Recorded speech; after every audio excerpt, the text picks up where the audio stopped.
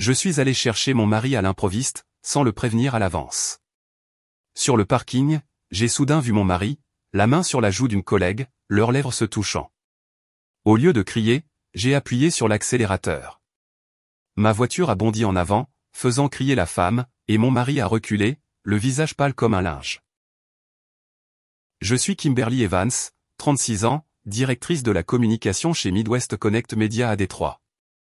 Je pensais vivre la véritable définition de la stabilité, une maison dans la banlieue de Birmingham, une adorable fille et un mari brillant qui travaillait comme directeur de la communication pour Aurora Dynamics Incorporated, une société technologique cotée au Nasdaq dont le siège est au centre-ville de Détroit. Le matin de notre 10e anniversaire de mariage, Weston m'a envoyé un texto, porte quelque chose de bleu marine ce soir. Ça te va bien. J'ai ri. Je pensais qu'il était attentionné.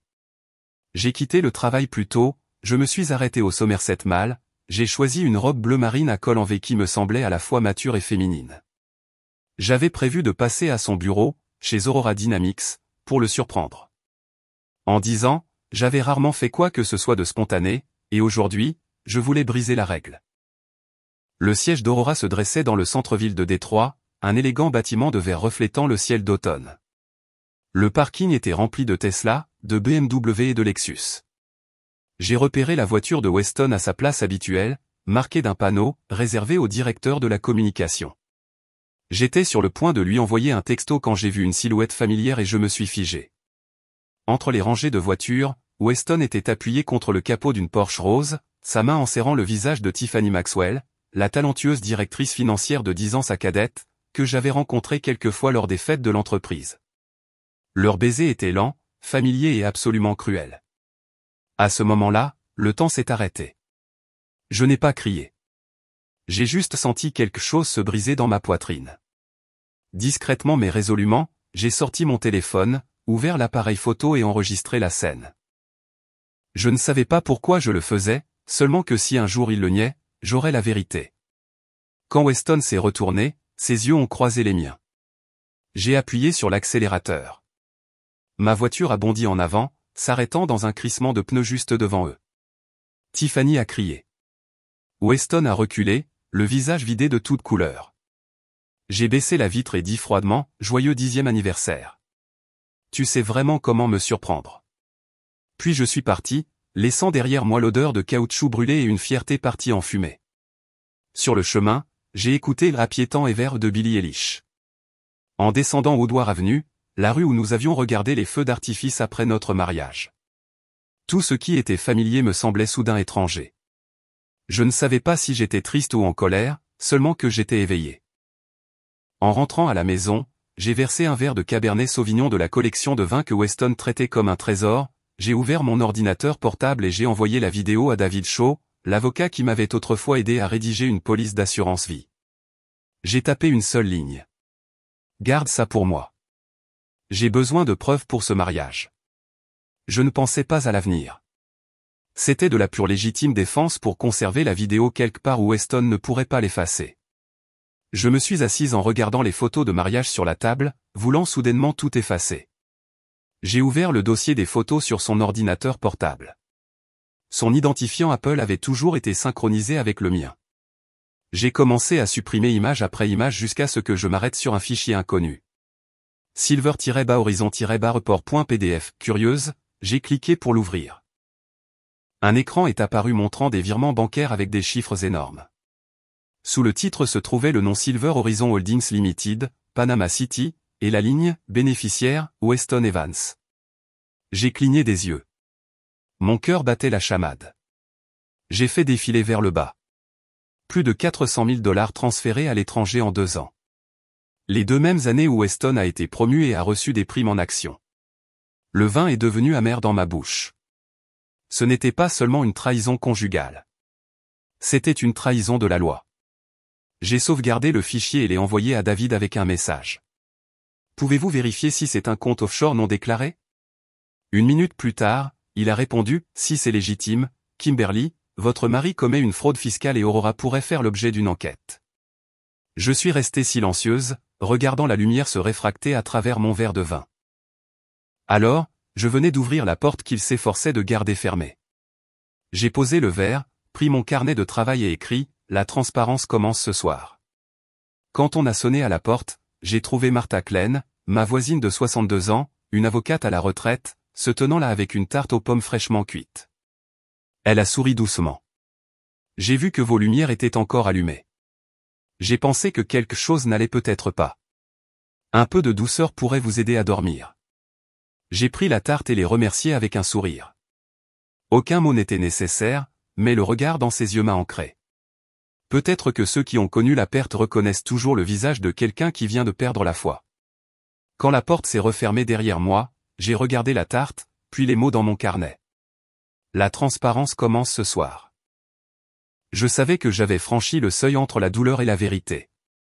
Et à partir de ce moment, je n'étais plus l'épouse trahie. J'étais le témoin d'une justice silencieuse. Je n'ai pas eu à attendre longtemps pour voir Weston commencer à s'effondrer. Vers 20 heures, le couloir a résonné du bruit d'une clé tournant. Et puis il est entré, tenant un bouquet de roses rouges et une petite boîte à bijoux emballée dans du papier argenté. Le parfum de bleu de Chanel a rempli la pièce, un parfum que j'avais autrefois adoré, maintenant écœurant. Il a fait un faible sourire. Je sais que tu es contrarié ce soir, mais nous ne devrions pas laisser un malentendu tout gâcher, n'est-ce pas? Je me suis appuyé contre le comptoir de la cuisine, les yeux fixés sur lui. Un malentendu?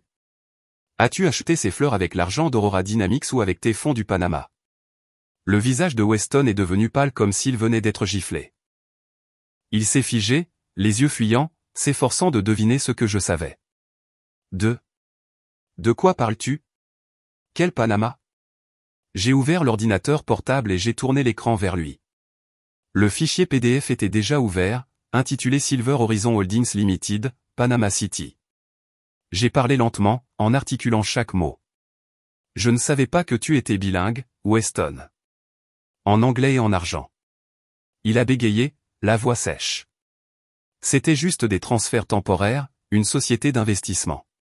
Tiffany a mal compris. J'ai haussé un sourcil, offrant un léger sourire, mais il était plus froid que l'acier. Alors pourquoi as-tu signé 3 fois? Et pourquoi tout cela a-t-il coïncidé avec ta promotion? Il s'est avancé, a essayé de prendre ma main, la voix suppliante, Kimberly, tu me connais. J'ai fait ça pour notre avenir. J'avais besoin d'un fonds séparé pour protéger nos actifs au cas où l'entreprise aurait des problèmes. Je me suis reculé, retirant ma main. Non, Weston. Tu as fait ça par cupidité. Tu ne protégeais personne d'autre que toi-même. Le silence est tombé. Le tic-tac de l'horloge murale résonnait, et j'entendais sa respiration superficielle. Weston a regardé autour de la cuisine comme si elle s'était transformée d'une maison en une salle d'interrogatoire. Il a jeté les fleurs sur le comptoir. Tu crois tout savoir? Tu ne comprends pas la pression que je subis. Tu es juste une étrangère. En train de juger. J'ai laissé échapper un rire silencieux. Oui, je suis à l'extérieur parce que tu ne laisses jamais personne entrer. Et tu as choisi la trahison plutôt que l'honnêteté. Au plus fort de la tension, la porte de la chambre a grincé en s'ouvrant. Meredith, notre fille de 7 ans en pyjama rose, serrant son ours en peluche, est sortie, les yeux ensommeillés. Papa a fait pleurer maman? Je me suis figé, réalisant soudainement les larmes qui coulaient sur mes joues. Ma gorge s'est nouée. Je me suis agenouillé, j'ai caressé ses cheveux et j'ai forcé ma voix à être calme.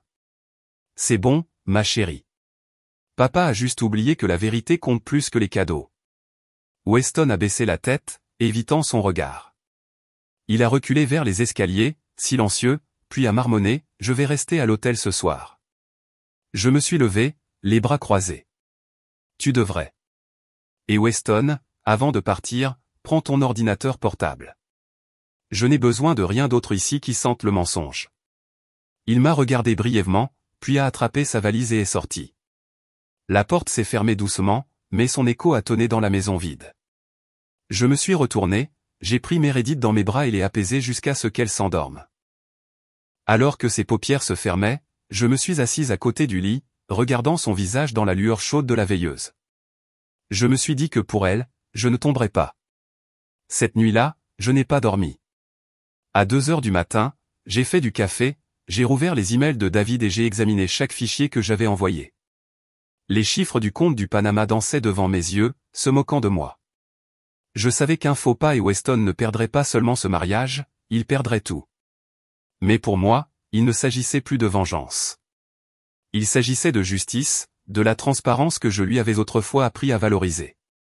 J'ai ouvert mon carnet et j'ai écrit une autre ligne sous la première, si la vérité coûte la paix, je paierai quand même le prix fort. Le lendemain matin, alors que la lumière du soleil d'automne filtrait à travers les rideaux, j'étais toujours assise là, les yeux brûlants d'une nuit blanche. La maison était si silencieuse. Je pouvais entendre le tic-tac de l'horloge. Et dans ma tête, un mot résonnait sans cesse. Prouver. Non pas pour chercher à me venger, mais pour confirmer que je n'étais pas folle, que tout ce que je ressentais était réel. Je ne voulais pas être rejetée comme une épouse amère qui inventait des choses. Je voulais que la vérité parle d'elle-même. J'ai appelé Tess Mareno, mon amie proche et également comptable chez Aurora Dynamics. Elle a décroché, sa voix visiblement basse. Kimberly, j'ai entendu parler d'hier. Tout le bureau en parle. Tiffany a soudainement pris un congé et Weston a manqué la réunion de ce matin. Le PDG a interrogé tout le monde. J'ai pris une profonde inspiration. Tess, j'ai besoin de te voir. Maintenant. 30 minutes plus tard, j'étais à son appartement de Midtown Détroit, un immeuble en briques rouges avec un petit balcon plein d'érables pourpres où elle vivait avec son vieux chat, Whisky. Elle a ouvert la porte, l'inquiétude se lisant sur son visage. Kimberly, ça pourrait devenir compliqué. Tu ne devrais pas être impliquée. Je suis entré et j'ai posé ma tasse de café sur la table. Je ne suis pas ici par émotion. J'ai besoin d'informations. Quelque chose ne va pas à l'intérieur d'Aurora, et je crois que Weston est impliqué. Tess s'est assise en face de moi, les doigts entrelacés, sa voix tremblante. La semaine dernière, alors que je vérifiais les registres de dépenses du département de la communication d'il y a 2 ans, j'ai trouvé 3 contrats publicitaires totalisant 1,2 million de dollars. Mais quelque chose n'allait pas. Ils étaient signés avec des entreprises qui n'existent pas réellement. Pas de numéro d'identification fiscale, pas d'adresse de bureau. Même leur site web avait été supprimé. Ce qui est plus étrange, c'est que la personne qui gérait ces comptes, Alison Grant, une comptable senior à l'époque, a été soudainement licenciée. Aucune raison, aucun avertissement. Elle a juste reçu un email disant un contrat résilié avec effet immédiat. Quand j'ai demandé au RH, ils ont dit que c'était une décision de la haute direction, mais je me souviens qu'Alison était méticuleuse. Elle m'a dit un jour qu'il y avait des dépenses qui ne correspondaient pas, puis elle a disparu du système en 48 heures. Tess a inspiré profondément, fixant son café, sa main tremblant légèrement. Quand j'ai interrogé Weston sur ses contrats, il a juste dit que c'était un projet confidentiel supervisé directement par la directrice financière Tiffany. Il m'a dit de ne pas être curieuse, puis a ri comme si j'avais posé une question stupide. Kimberly, j'ai l'impression d'avoir marché dans un nid de frelons. Je suis resté silencieuse un moment, puis j'ai demandé doucement, as-tu des preuves? Tess a hoché la tête et a sorti une petite clé USB noire de son sac. J'ai tout copié. Emails internes, registres de paiement, signatures électroniques. Mais si ça sort, je pourrais perdre mon emploi, peut-être même être poursuivi en justice. Je l'ai regardé droit dans les yeux, ma voix ferme. Si tu te bats pour la vérité, tu n'es pas seul. Tu n'es pas une saboteuse. Tu fais ce qu'il faut. Elle a étudié mon visage un moment, puis a hoché la tête. Je te fais confiance, Kimberly. Je n'ai juste jamais eu affaire à la SEC ou à ce genre de désordre juridique. J'ai branché la clé USB sur mon ordinateur portable. L'écran s'est allumé avec des feuilles de calcul, des registres et des journaux de transfert cachés derrière des alias codés. Advision Group LLC, North Bay Media Solutions, Clearstream Digital. Aucune adresse, juste des chaînes de numéros de compte bancaires au Panama. C'était comme décaper de la peinture d'un mur pour ne trouver que de la pourriture en dessous. Tess m'a regardé, mal à l'aise. Si je te donne ces données, je trahis l'entreprise. J'ai répondu, ma voix basse mais inébranlable. Non, tu la sauves. Aurora a besoin de savoir qu'ils ont été trompés, pas de le cacher. J'ai immédiatement envoyé les fichiers à David Shaw via un lien crypté, en ajoutant une note. Urgent, violation potentielle de la SEC. Moins de 10 minutes plus tard, mon téléphone a sonné. Le ton de David était direct, sa voix stable mais tendue. Kimberly, c'est de la véritable fraude financière. Ces transactions étaient des retraits furtifs autorisés par Weston et Tiffany. Aurora est une société cotée en bourse.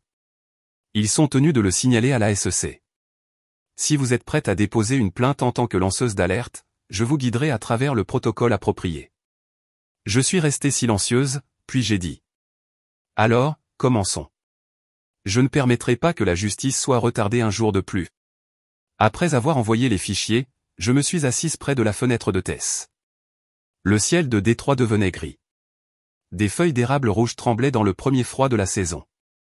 En bas, les navetteurs du matin se dépêchaient, ignorant qu'à quelques étages au-dessus, 2 femmes venaient d'ouvrir la porte à une enquête qui pourrait secouer toute une entreprise. Tess s'est assise à côté de moi, sa voix douce mais stable. Kimberly, penses-tu que tu vas gagner? Les affronter ne sera pas facile. J'ai fait un léger sourire. Je ne pense plus en termes de gagner ou de perdre. Je pense en termes de bien et de mal. Et cette fois, je ne resterai pas silencieuse. Elle m'a regardé, les yeux brillants, puis a hoché la tête. D'accord, je suis avec toi.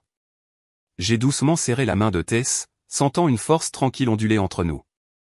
La force de femmes autrefois sous-estimées, choisissant maintenant de se battre pour la vérité. J'ai quitté son appartement alors qu'une pluie fine commençait à tomber. Le vent mordait plus froid, l'odeur de métal et d'essence épaisse dans l'air de Détroit. J'ai pris une profonde inspiration. Mes poumons piquaient, mais mon esprit était clair. La porte de la justice s'était ouverte, et une fois que j'aurais franchi le seuil, il n'y aurait plus de retour en arrière. Avant de monter dans ma voiture, mon téléphone a vibré. Un message de David Shaw est apparu à l'écran. J'ai tout examiné. Je vais rédiger une note juridique anonyme et l'envoyer directement au service juridique d'Aurora, ce qui obligera le PDG à lancer une enquête interne. Vous n'aurez pas besoin de vous exposer publiquement, du moins pas pour l'instant. J'ai fixé les mots, ma prise sur le téléphone se resserrant. Dehors, la pluie s'était calmée mais était devenue plus froide. En es-tu sûr? Ai-je répondu par SMS. Oui, c'est l'approche la plus sûre et la plus légale. Une fois que les documents seront entre leurs mains, ils ne pourront pas l'ignorer. J'ai regardé les lumières de la rue se refléter sur le capot de ma voiture, pensant à tout ce qui allait se dérouler. Ma vie avait autrefois été ordonnée et impeccable. Maintenant, elle était sur le point d'être bouleversée. Mais je savais que David avait raison. Si je voulais faire tomber ce mur de tromperie, je devais le faire s'effondrer de l'intérieur. J'ai rangé mon téléphone, démarré le moteur et je me suis dirigé vers le centre-ville. La pluie éclaboussait le pare-brise, mais à l'intérieur de moi, pour la première fois depuis des années, quelque chose brûlait. Pas de la rage, mais une croyance en la justice. 3 jours plus tard, ça a commencé. Aurora Dynamics a officiellement lancé un audit financier interne, un examen de toutes les dépenses des 2 dernières années. On a demandé aux employés de rendre leurs ordinateurs portables pour des analyses de données. Personne ne l'a dit ouvertement, mais tout le monde connaissait la vérité. Quelque chose n'allait vraiment pas entre les départements des finances et de la communication. La première mise à jour est venue de Tess le lundi matin. Sa voix tremblait au téléphone. Kimberly, le PDG Sorin Patel m'a appelé dans son bureau. Il a posé des questions sur les dépenses, sur Allison Grant et sur les signatures d'approbation de Weston. Je lui ai dit que je ne l'avais découvert que récemment, puis il est resté assis en silence pendant des minutes. J'ai entendu Tess déglutir difficilement à l'autre bout du fil. Tiffany vient d'envoyer sa démission par email, citant des problèmes de santé et le stress au travail, mais tout le monde sait qu'elle essaie de s'échapper. Les rumeurs se sont propagées plus vite que prévu. Au siège d'Aurora, les couloirs de verre autrefois impeccables semblaient étrangement silencieux. Les employés chuchotaient en passant devant le service financier. Les discussions de groupe internes bourdonnaient. Les gens disaient que Weston et Tiffany étaient sous surveillance et que le PDG avait fait venir des auditeurs de Chicago. J'étais assise dans mon petit bureau chez Midwest Connect Media, regardant par la fenêtre la circulation de Détroit, avançant lentement sous les lampadaires qui s'estompaient. Tout se déroulait comme je l'avais prévu, mais je savais que le silence prolongé pourrait permettre à l'histoire d'être réécrite. Je ne laisserai pas cela se produire. J'ai ouvert mon ordinateur portable et j'ai commencé un nouvel email. L'objet était simple. Objet, preuve importante de faute financière par des cadres supérieurs. J'ai tapé lentement, délibérément. Cher Monsieur Sorin Patel, je suis en possession de preuves relatives à des violations des réglementations sur la transparence financière commises par 2 cadres supérieurs d'Aurora Dynamics, y compris des contrats publicitaires falsifiés et des transactions internationales non déclarées. Je crois qu'en tant que société cotée en bourse sur le Nasdaq, Aurora a l'obligation de signaler cette affaire à la Commission des valeurs mobilières des États-Unis, SEC. Je suis disposé à coopérer, à fournir des documents et à témoigner si nécessaire. Cordialement, Kimberly Evans, consultante indépendante, spécialiste de l'éthique de la communication. Je l'ai relu une fois, puis j'ai cliqué sur envoyer. Au moment où le message est parti, je me suis penché en arrière dans ma chaise, le cœur battant, ayant l'impression d'être entré dans une zone sans retour. Je n'étais plus une étrangère. J'étais la lanceuse d'alerte. Et en Amérique, cela comporte toujours des risques. 1 heure plus tard, mon téléphone a vibré. Sorin a répondu avec une seule ligne. Merci, Madame Evans. J'aimerais vous rencontrer en personne. 9 heures demain, Guardian Building. J'ai posé le téléphone et j'ai regardé par la fenêtre. Une neige précoce avait commencé à tomber. De légers flocons atterrissaient doucement sur la rambarde du balcon. Toute la ville semblait retenir son souffle. Je savais que demain matin ne serait pas seulement une réunion, mais le début d'une guerre entre la vérité et le pouvoir, entre une femme trahie et un empire bâti sur des secrets. Le mardi matin, le ciel de Détroit était couvert d'un gris épais, et le vent de la rivière fouettait mon manteau alors que je franchissais les imposantes portes vitrées du Guardian Building, le siège d'Aurora Dynamics. À l'intérieur, l'air était inhabituellement froid et immobile. J'ai été conduite au 31e étage, la salle de réunion du conseil d'administration, où la lumière se déversait à travers de hautes fenêtres sur d'élégantes tables en chêne. Le logo d'Aurora Dynamics brillait sur le mur comme un rappel. Cet endroit, autrefois bâti sur la réputation, était maintenant jugé par la vérité. Sorin Patel, le PDG d'Aurora, s'est levé à mon entrée. Il avait la cinquantaine, d'origine indienne, grand, avec une voix calme mais ferme. À côté de lui était assise la conseillère juridique de l'entreprise, Rebecca Klein, prenant diligemment des notes. « Merci d'être venue, Madame Evans », dit-il en m'invitant à m'asseoir. « Je crois que nous partageons le même objectif, protéger cette entreprise de l'effondrement dû à des actes répréhensibles. » J'ai ouvert mon sac et j'ai placé une clé USB et une épaisse enveloppe de documents imprimés sur la table. « Ce que vous allez voir, » ai-je dit, « n'est pas une rumeur. C'est une preuve. » J'ai branché la clé USB sur son ordinateur portable. L'écran s'est allumé avec la vidéo. Weston et Tiffany s'embrassant sur le parking. Clair. Indéniable. Je n'ai pas parlé. Puis j'ai ouvert le fichier PDF intitulé « Silver Horizon Report.pdf » montrant les relevés de compte du Panama, les virements bancaires et 3 faux contrats publicitaires d'une valeur de 1,2 million de dollars. J'ai montré les signatures électroniques. Ce sont les signatures de Weston Evans, directeur de la communication, et de Tiffany Maxwell, directrice financière, qui ont toutes deux approuvé des transferts de fonds vers des sociétés écrans qui n'existent pas. La pièce est devenue lourde de silence. Sorin a enlevé ses lunettes, se penchant en arrière, les yeux durs. Si cela est exact, dit-il, Aurora sera tenue de déposer une plainte auprès de la SEC à Chicago. Il ne s'agit pas seulement d'une faute financière. C'est une violation de la loi fédérale sur les valeurs mobilières. J'ai rencontré son regard, ma voix calme mais résolue. Je ne veux pas de scandale. Je ne veux pas qu'Aurora s'effondre. Je veux la justice et la transparence. Sorin est resté silencieux un long moment, puis a hoché la tête. Vous avez raison. Nous ne pouvons plus nous cacher derrière la marque.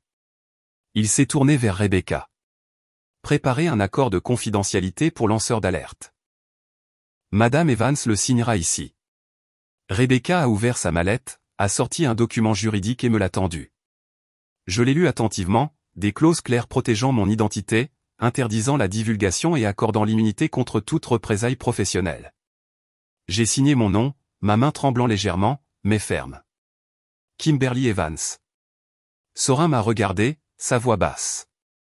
À partir de ce moment, vous êtes considéré comme une partie coopérante avec le comité d'enquête interne. J'assignerai une équipe d'audit indépendante de Chicago. Ils effectueront un examen complet. Quant à vous, préparez-vous. Quand la vérité commencera à faire surface, elle entraînera plus que ce à quoi vous vous attendez. Je me suis levé, je lui ai serré la main. Je suis prête, monsieur Patel. J'ai tout perdu une fois en restant silencieuse. Cette fois, je parlerai. En sortant de la salle de réunion, j'ai aperçu mon reflet dans la vitre du couloir. Plus l'épouse trahie, mais une femme tenant le détonateur de la vérité. Dehors, une légère neige tombait sur Campus Martius, fondant rapidement sur le trottoir humide.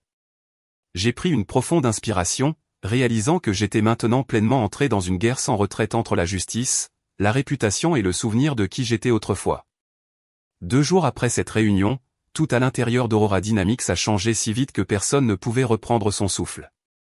La porte du service juridique est restée fermée, les lumières du bureau brûlant tard dans la nuit.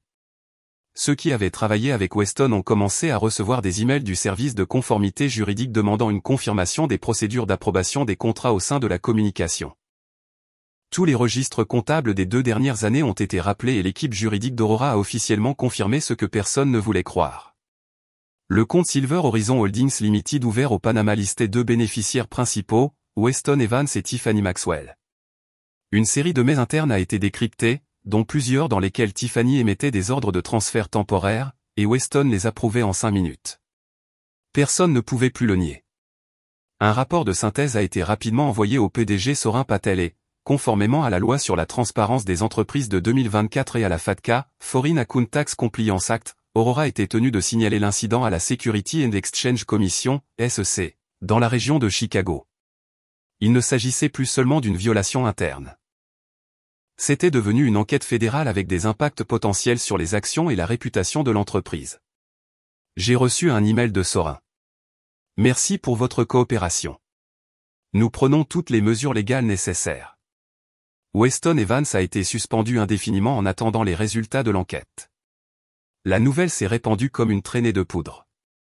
Les médias technologiques locaux ont commencé à rapporter anonymement une fraude interne majeure chez Aurora Dynamics. Les actions de la société ont légèrement baissé, les employés bourdonnaient de rumeurs et le service des relations publiques travaillait jour et nuit pour gérer les dégâts. Je savais que tôt ou tard, il remonterait à la source des données, moi. Mais je n'avais aucun regret. Cet après-midi-là, Weston s'est présenté à la porte de ce qui était autrefois notre maison, maintenant juste celle de ma fille et moi. Il se tenait sous l'auvent, le visage usé, son costume froissé, ses yeux humides et perdus. Quand j'ai ouvert la porte, il s'est avancé et a dit d'une voix rauque. « Kimberly, tu ne comprends pas. La SEC va me détruire. Tu pourrais me sauver. Dis juste que tu as fait une erreur. Que c'était un malentendu. » J'ai croisé les bras et je l'ai regardé, le cœur vide. « Une erreur ? Tu as embrassé ta directrice financière sur un parking, signé 3 fois pour un compte au Panama, licencié quelqu'un pour avoir posé des questions, et tu appelles ça une erreur ? » Ses épaules se sont affaissées, sa voix à peine un murmure. Je sais que j'ai merdé, mais tu es en train de détruire tout ce que j'ai construit au cours des 10 dernières années. Je me suis approché, me tenant droite, le regardant droit dans les yeux. Je ne détruis rien, Weston. J'ai juste allumé la lumière, et la lumière, par elle-même, consume tout ce qui est malhonnête. Il est resté immobile, les lèvres tremblantes, incapable de parler. La pluie tambourinait doucement sur l'auvent au-dessus de nous. Et à ce moment-là, j'ai compris. Pour lui, la justice signifiait la ruine. Pour moi, elle signifiait le salut. Weston s'est retourné et a descendu les marches, ne portant pas de fleurs cette fois. J'ai fermé la porte derrière lui, étonnamment calme. Je n'avais ni gagné ni perdu. J'avais simplement choisi la vérité. Sur mon bureau, l'email de David Shaw clignotait avec une dernière ligne. La SEC a accepté le dossier. Ils examinent s'il faut ouvrir une enquête formelle. Soyez prête, Kimberly. La prochaine étape ne concernera pas seulement la vérité, mais aussi la manière dont vous vous protégerez. J'ai fixé cette phrase pendant un long moment, puis j'ai éteint l'écran.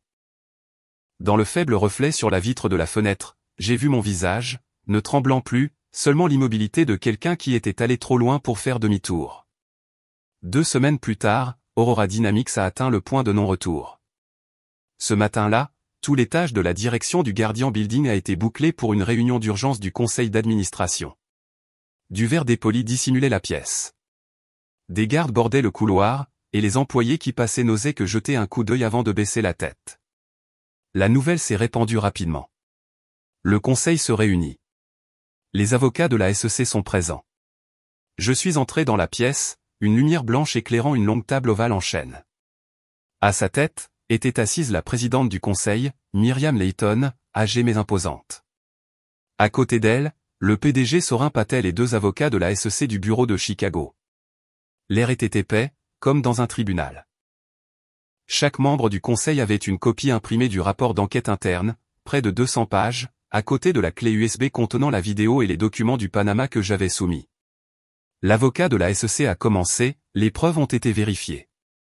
Les transactions sous Silver Horizon Holdings Limited correspondent au registre d'Aurora Dynamics. Un retrait de 1,2 million de dollars a été approuvé par 2 cadres supérieurs, Weston Evans et Tiffany Maxwell. Tous 2 ont violé les réglementations sur la transparence financière en vertu de la loi sur la transparence des entreprises et de la FATCA. J'étais assise tranquillement, les doigts entrelacés, me sentant étrangement détaché mais intimement lié à cette pièce. Autrefois un symbole des rêves de mon mari, maintenant le théâtre de leur effondrement. Alors que la vidéo de Weston et Tiffany sur le parking était diffusée sur le grand écran, le silence régnait. La présidente Layton a fermé le dossier et a parlé clairement. Sur la base de l'enquête et de la recommandation de la conformité juridique et de la SEC, le Conseil décide à l'unanimité de licencier Weston Evans et Tiffany Maxwell pour faute grave, ce qui signifie qu'ils perdent tous leurs avantages en actions et leurs primes en attente. Les RH sont chargés de révoquer leurs accès, ordinateurs portables et biens de l'entreprise dans les 24 heures. Weston était assis à l'extrémité de la table, pâle et sans expression. Il ne m'a pas regardé. Tiffany, les cheveux attachés en arrière, le visage rigide, serrait le bord de la table jusqu'à ce que ses jointures deviennent blanches. Je n'ai ressenti aucun triomphe, seulement comme si quelqu'un avait fermé le couvercle d'un cercueil contenant 10 ans de mon ancienne vie. La présidente Layton s'est tournée vers moi, sa voix plus douce. Madame Evans, au nom du conseil, nous vous remercions d'avoir choisi la vérité, même quand ce n'était pas facile. Aurora a besoin de gens comme vous pour restaurer la confiance. Sorin a poursuivi, les yeux rencontrant solennellement les miens. Le conseil a voté à l'unanimité. Nous aimerions vous nommer directrice de la communication mondiale pour Aurora Dynamics. Vous serez responsable de la restructuration des affaires externes et de la reconstruction de l'image et des normes de communication éthique de l'entreprise. J'ai pris une profonde inspiration en regardant le dossier devant moi. Ce titre, il y a quelques mois, m'aurait peut-être ému aux larmes. Maintenant, ce n'était pas une victoire mais une responsabilité. J'ai levé les yeux et j'ai parlé lentement. J'accepte, mais à une condition. Tous les regards se sont tournés vers moi. J'ai dit, Tess Mareno, qui a aidé à collecter les données et a fourni les premiers éléments de preuve, a été suspendue pendant l'enquête. Je veux qu'elle soit réintégrée et officiellement nommée chef de la comptabilité. Sans elle, Aurora n'aurait pas trouvé la vérité. La présidente Layton a regardé Sorin. Il a hoché la tête sans hésitation. D'accord. Ce sera fait aujourd'hui. La tension dans la pièce s'est légèrement relâchée. Quelques membres du conseil ont hoché la tête. Un a même souri. La présidente Layton a ajouté, sa voix chaleureuse. La justice n'est pas la vengeance. C'est la restauration de l'équilibre. Merci, Kimberly. J'ai simplement hoché la tête. En sortant dans le couloir, le silence était si profond que je pouvais entendre l'écho de mes talons sur le sol en marbre. J'ai jeté un coup d'œil en arrière au logo d'Aurora. La lumière du soleil des fenêtres envers le baignait d'une lueur comme s'il était purifié de ses ombres. Et je savais que ce voyage n'était pas terminé. Mais aujourd'hui, au moins, la vérité avait été nommée. Un mois après la réunion du conseil, alors que la neige recouvrait les rues autour de Campus Martius à Détroit, j'ai reçu un avis du palais de justice du comté de Wayne. La demande de divorce entre Weston Evans et moi avait été acceptée. J'ai fixé l'en-tête. Numéro de dossier 24 des 0317, Evans contre Evans. Ressentant à la fois un soulagement et une douleur aiguë, après 10 ans de mariage, tout ce qui se trouvait entre nous tenait maintenant dans une pile de papier d'un demi-pouce estampillé en rouge. L'audience préliminaire a eu lieu dans une petite salle d'audience, plus chaude que je ne l'avais prévu. Dehors, la neige tombait encore comme du sel en poudre. David Shaw était assis à côté de moi, me faisant un signe de tête rassurant, tandis que de l'autre côté de la table, Weston était assis, la tête baissée, le visage si creux que je le reconnaissais à peine. Il portait un costume gris, un fantôme du directeur de la communication confiant qui s'adressait autrefois à des centaines de personnes. La juge Evelyn Carr a ouvert le dossier et a lu à haute voix les conclusions basées sur les preuves financières vérifiées d'Aurora Dynamics et le rapport de la SEC de la région de Chicago. Le défendeur, Weston Evans, a admis avoir violé les réglementations sur la transparence financière. Les deux parties ont convenu d'un règlement civil dans lequel le défendeur remboursera 420 000 $ à la plaignante Kimberly Evans pour éviter des poursuites pénales et clore l'affaire au niveau de l'entreprise. J'ai entendu David expirer doucement. Weston a levé les yeux brillants, mais je ne ressentais plus de colère, seulement du vide. Il a signé les papiers d'une main tremblante, puis a posé le stylo. Au dernier rang, Martha Klein, la voisine âgée qui m'avait apporté une tarte aux pommes la nuit où j'ai découvert la trahison, était assise tranquillement. En sortant de la salle d'audience, elle m'a doucement pris le bras et m'a dit d'une voix basse et chaleureuse, remplie d'une sagesse durement acquise, « La justice n'est pas la vengeance, ma chérie.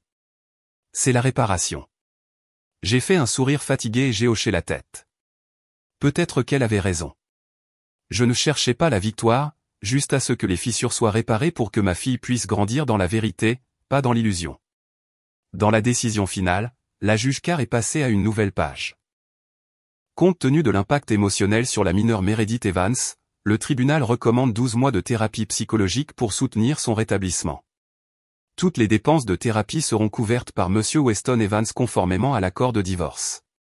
J'ai hoché la tête en signe d'accord, n'ajoutant rien de plus. Weston est resté silencieux. Entre nous, il n'y avait plus de mots pour réparer ou pour blesser. En quittant le palais de justice, la neige tombait encore abondamment. J'ai resserré mon col, je me suis tenu sur les marches et j'ai regardé les flocons fondre sur mes gants en cuir. Martha m'a tendu une tasse de café chaud et m'a dit, « Maintenant, va vivre le reste de ta vie. » J'ai chuchoté en retour, « Je le ferai, mais cette fois, je la vivrai honnêtement, pas pour quelqu'un d'autre. » Au loin, les cloches de l'église résonnaient à travers la neige, se mêlant au son du tramway qui glissait sur Audouard. Et je savais que, dans un monde devenu froid, la justice venait de retrouver sa chaleur. Pas dans le feu, mais dans la lumière. 3 mois après le procès, le printemps est arrivé à Détroit avec ses premiers vents chauds. La lumière du soleil scintillait sur la surface de la rivière Détroit comme du verre. Au dernier étage du Détroit Marriott au Renaissance Center, une équipe de dizaines de personnes travaillait sans relâche aux dernières retouches de ce que la presse avait surnommé le « Gala pour la transparence ». Moi, Kimberly Evans, désormais directrice de la communication mondiale d'Aurora Dynamics, je traversais la grande salle de bal où des lustres en cristal jetaient une douce lueur sur des tables drapées de lin blanc immaculé. Chaque détail, de la toile de fond de la scène à l'éclairage en passant par le slogan « Bâtir la confiance à l'ère de la vérité », avait été personnellement approuvé par moi. Des bouquets d'hortensia blancs étaient placés précisément au centre de chaque table. Simple mais majestueux. Ce soir, Aurora ferait face aux médias américains, aux investisseurs et aux actionnaires avec une déclaration que nous nous étions rétablis non pas grâce à une campagne de relations publiques, mais grâce à la vérité. Un nouveau rapport sur la transparence financière, l'initiative « Reconstruire l'éthique » et des politiques internes de protection des lanceurs d'alerte seraient tous dévoilés. Pendant que les techniciens ajustaient le système de sonorisation, je me tenais près de la paroi vitrée face à la rivière. Au loin, le coucher de soleil orange et rouge se reflétait sur le Guardian Building où tout avait commencé. À ce moment-là, j'ai compris que la justice n'est pas seulement un verdict, mais un écosystème entier reconstruit sur des ruines. Je me suis tourné vers la table de la direction où Tess Mareno examinait la liste des invités. Elle portait un blazer noir et un badge indiquant « Chef de la comptabilité », un léger sourire aux lèvres. Quand elle m'a vu, elle a levé le pouce et a plaisanté à voix basse. « Tu sais, si quelqu'un m'avait dit l'année dernière que j'assisterais à un gala d'Aurora sans truquer les comptes, je ne l'aurais pas cru. » J'ai ri et j'ai répondu, « En fait, personne ne mérite plus que toi d'être ici. » À 20h précises, le groupe de jazz a commencé à jouer le morceau d'ouverture. Je suis monté sur scène, un projecteur doux tombant sur moi alors que des centaines d'yeux se tournaient dans ma direction. J'ai pris une profonde inspiration, puis j'ai levé le microphone et j'ai commencé le discours que j'avais soigneusement préparé. Bien que la partie la plus importante, je l'avais réécrite ce matin même. En communication, nous croyons parfois que la seule façon de réparer un miroir fissuré est de le briser. Mais j'ai appris que lorsqu'un miroir est couvert de poussière, vous n'avez pas besoin de le casser. Vous l'essuyez simplement avec la vérité. La transparence ne consiste pas à exposer les fautes des autres. c'est avoir le courage de faire face à sa propre ombre. La salle est tombée dans un silence complet. J'ai vu les yeux d'employés qui vivaient autrefois dans la peur briller maintenant de quelque chose de nouveau. Et à ce moment-là, j'ai su que j'avais choisi la bonne façon de raconter l'histoire. Pas de vidéo d'adultère, pas de révélation spectaculaire, juste une vérité dite calmement. En descendant de scène, Tess m'attendait dans les coulisses, souriant fièrement. Elle a chuchoté en passant. Tu n'as pas seulement nettoyé le miroir, Kimberly. Tu as illuminé toute la pièce. J'ai souri doucement, posant une main sur son épaule. Dehors, les applaudissements ont éclaté. Pas pour moi, mais pour un nouveau monde en reconstruction sur l'intégrité et le courage. Les lumières de la salle de bal se sont tamisées et le grand écran LED derrière la scène s'est allumé avec les mots « Gala pour la transparence ». En direct sur CNBC Détroit. La musique de jazz s'est adoucie et la voix du maître de cérémonie a retenti. Veuillez accueillir la directrice de la communication mondiale d'Aurora Dynamics, Kimberly Evans.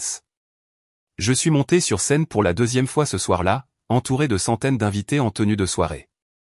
Une lumière chaude et dorée baignait mon visage, se posant sur les boucles d'oreilles en perles, le seul cadeau que j'avais gardé de mon ancien mariage. En bas, les caméras de CNBC Détroit balayaient lentement, diffusant en direct dans toute la région du Michigan. J'ai balayé la salle du regard, j'ai pris une profonde inspiration et j'ai commencé la dernière partie de mon discours. Plus un rapport d'entreprise, mais un message à tous ceux qui avaient un jour placé leur confiance en Aurora. La transparence n'est pas seulement une politique. C'est une culture. C'est l'engagement que, peu importe la profondeur de l'obscurité, nous choisissons toujours la lumière. Aurora s'est perdue une fois, mais ce soir, nous nous tenons ensemble, nettoyant la poussière du miroir pour que nous puissions enfin nous voir clairement. J'ai fait une pause, laissant le silence s'installer. Puis j'ai regardé vers le dernier rang de la salle où j'ai vu Tiffany Maxwell assise tranquillement, les cheveux soigneusement attachés en arrière, un badge à son cou indiquant « Personnel contractuel, finance ». Pas de siège spécial, pas de projecteur. Son visage ne montrait aucune émotion, seulement la lassitude de quelqu'un qui avait un jour été au sommet et était tombé durement. Weston était absent. Personne ne savait où il était. Certains disaient qu'il avait quitté Détroit, d'autres qu'il cherchait un emploi à Chicago, mais dans mon cœur, son absence était déjà une réponse. J'ai terminé le discours par une seule phrase silencieuse, quelque chose que j'avais gardé dans mon cœur pendant des mois de tempête. La vérité ne nous détruit pas. Elle ne détruit que ce qui n'a jamais été digne de nous. Pendant un instant, le silence a enveloppé la pièce. Puis toute la salle de bal s'est levée à l'unisson. Les applaudissements ont tonné autour de moi, continuant si longtemps que j'ai dû m'incliner 2 fois. Les caméras ont balayé les visages des membres du conseil, de Sorin Patel, de Myriam Layton et des principaux actionnaires, tous applaudissant. L'air dans cette pièce n'était pas seulement de l'admiration. C'était la reconnaissance d'un voyage de l'effondrement à la justice. La présidente Layton m'a rejointe sur scène et m'a serré la main. Sa voix, douce mais ferme, a porté sur le microphone. Aurora n'a pas seulement restauré son nom. Nous avons appris quelque chose de bien plus grand. Une leçon de caractère.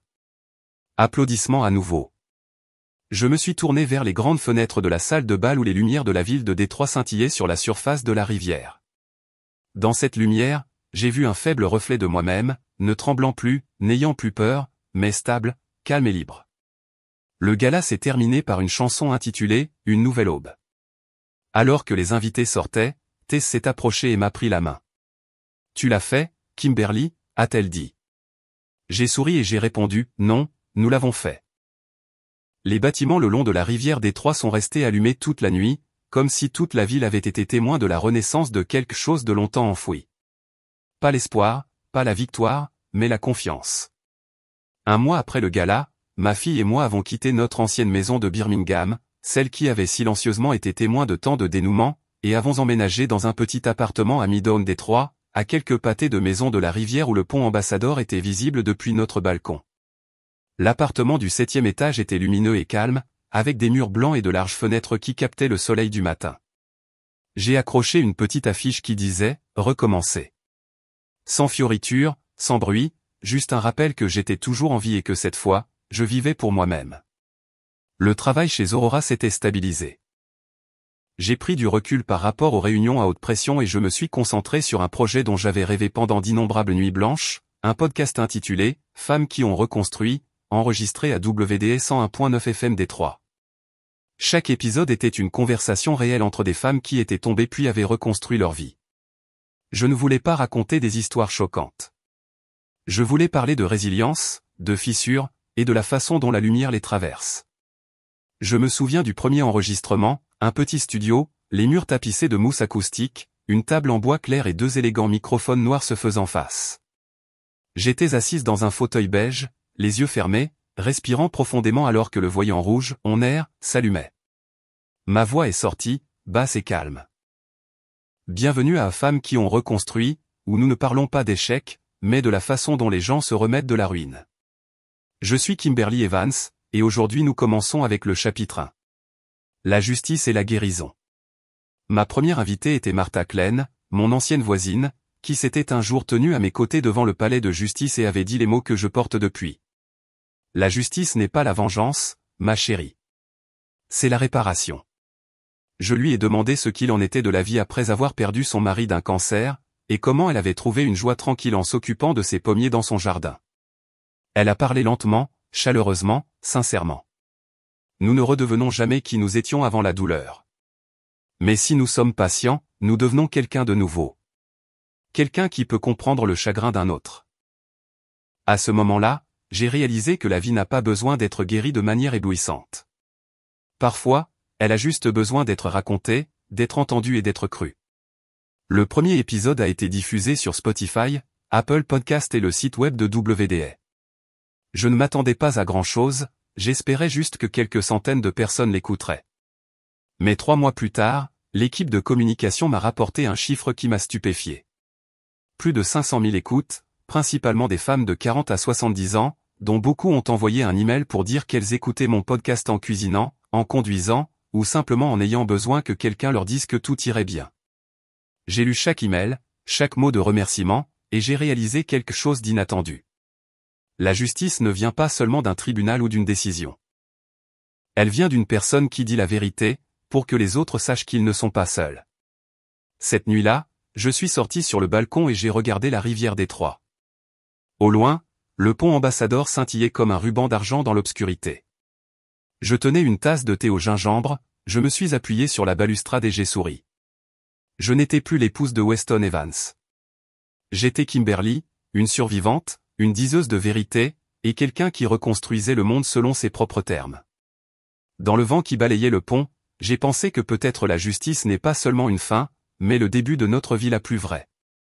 Un samedi matin au début de l'été, j'ai conduit avec Meredith au centre de conseil de Détroit.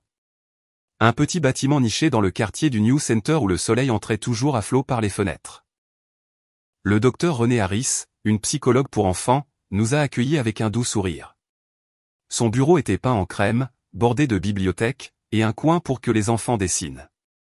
Je me suis assise sur un long canapé, regardant Meredith placer soigneusement son ours en peluche sur la table avant de se tourner vers moi avec des yeux soudainement trop sérieux pour une enfant de 7 ans. « Es-tu heureuse, maman ?» Je me suis figé. Une petite question, mais elle a atteint l'endroit le plus profond que j'avais évité.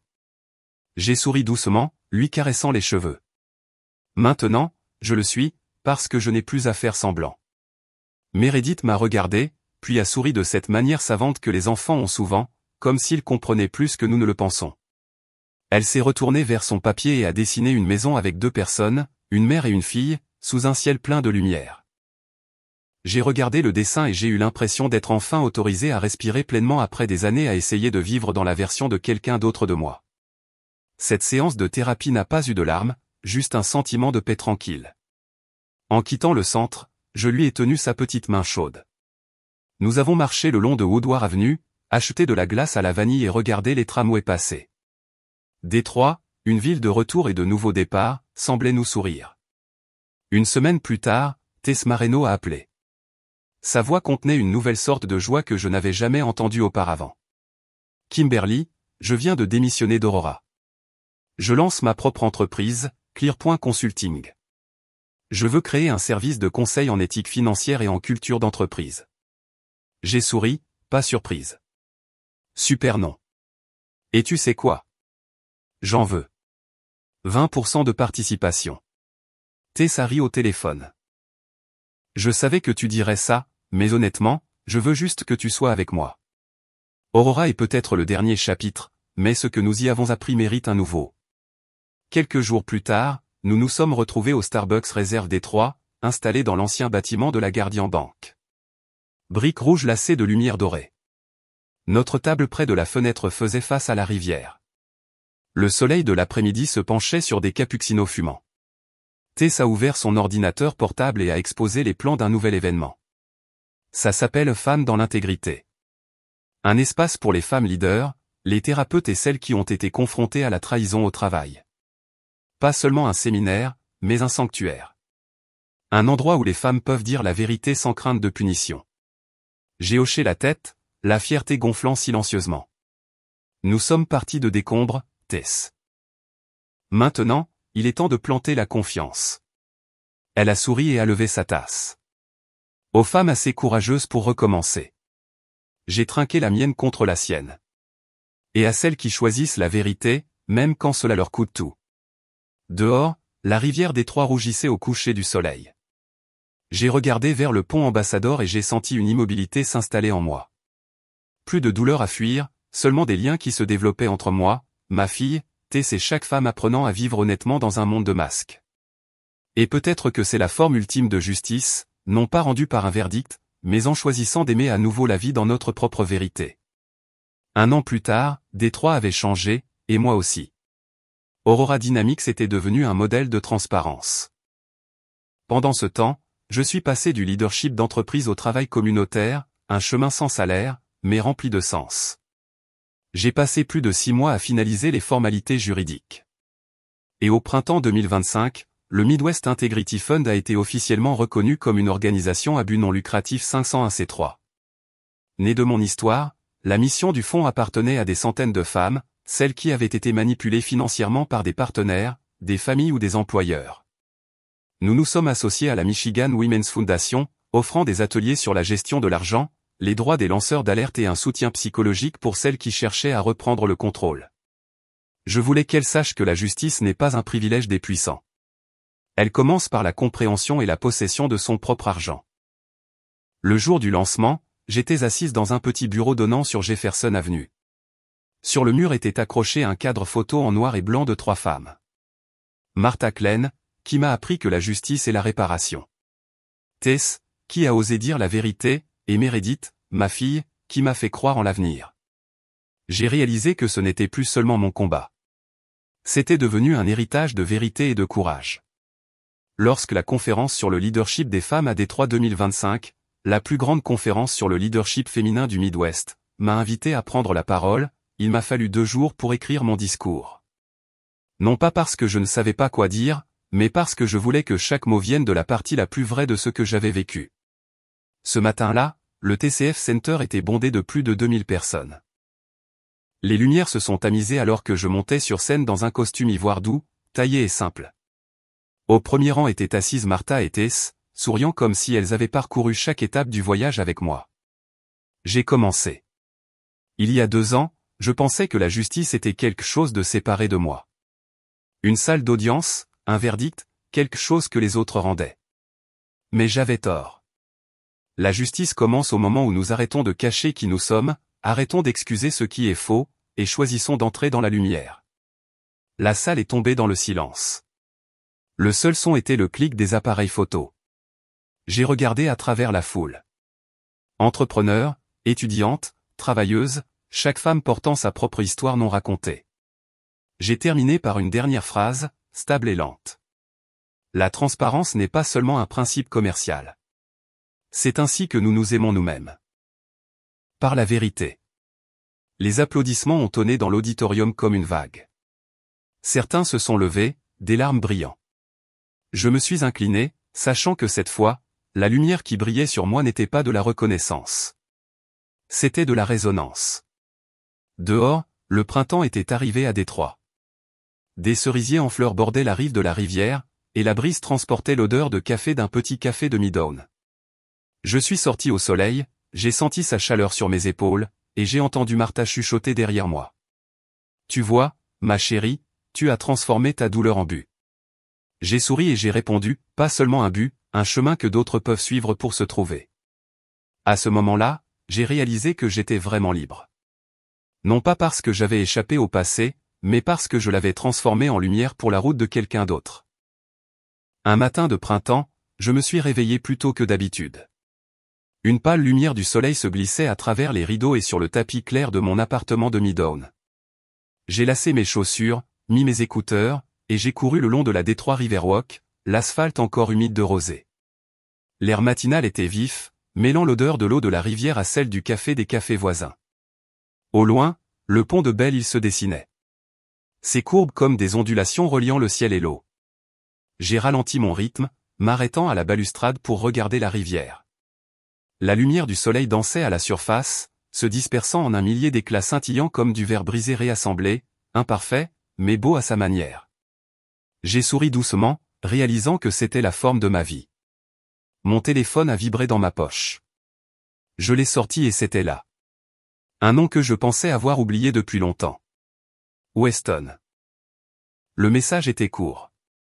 Sans fioriture, sans excuse. Je suis désolé. J'ai tout perdu. J'ai fixé les mots pendant un long moment. La brise de la rivière tirait sur mes cheveux. J'ai inspiré, puis j'ai lentement appuyé sur supprimer. Pas de colère, pas de triomphe, juste une clôture. Je n'avais pas besoin de ces excuses. Ce qui était perdu ne méritait plus d'être racheté. J'ai rangé le téléphone, j'ai zippé ma veste et j'ai continué à courir. Ma foulée correspondait à mon souffle, mes pieds stables sur le chemin. Devant, le soleil se levait plus haut, jetant une lumière dorée sur l'eau, radieuse, claire, sans cachette. Ma voix résonnait dans la conclusion d'un épisode spécial de podcast que j'avais enregistré la veille, le dernier chapitre d'un voyage de 2 ans. Il a tout perdu par des mensonges et j'ai tout trouvé par la vérité. Si vous croyez que la vérité a le pouvoir de guérir, partagez cette histoire. N'oubliez pas de liker, de vous abonner, et de me dire ce que vous avez eu à reconstruire dans votre vie. Parce que parfois, il suffit d'un seul mot honnête pour éclairer le chemin à suivre.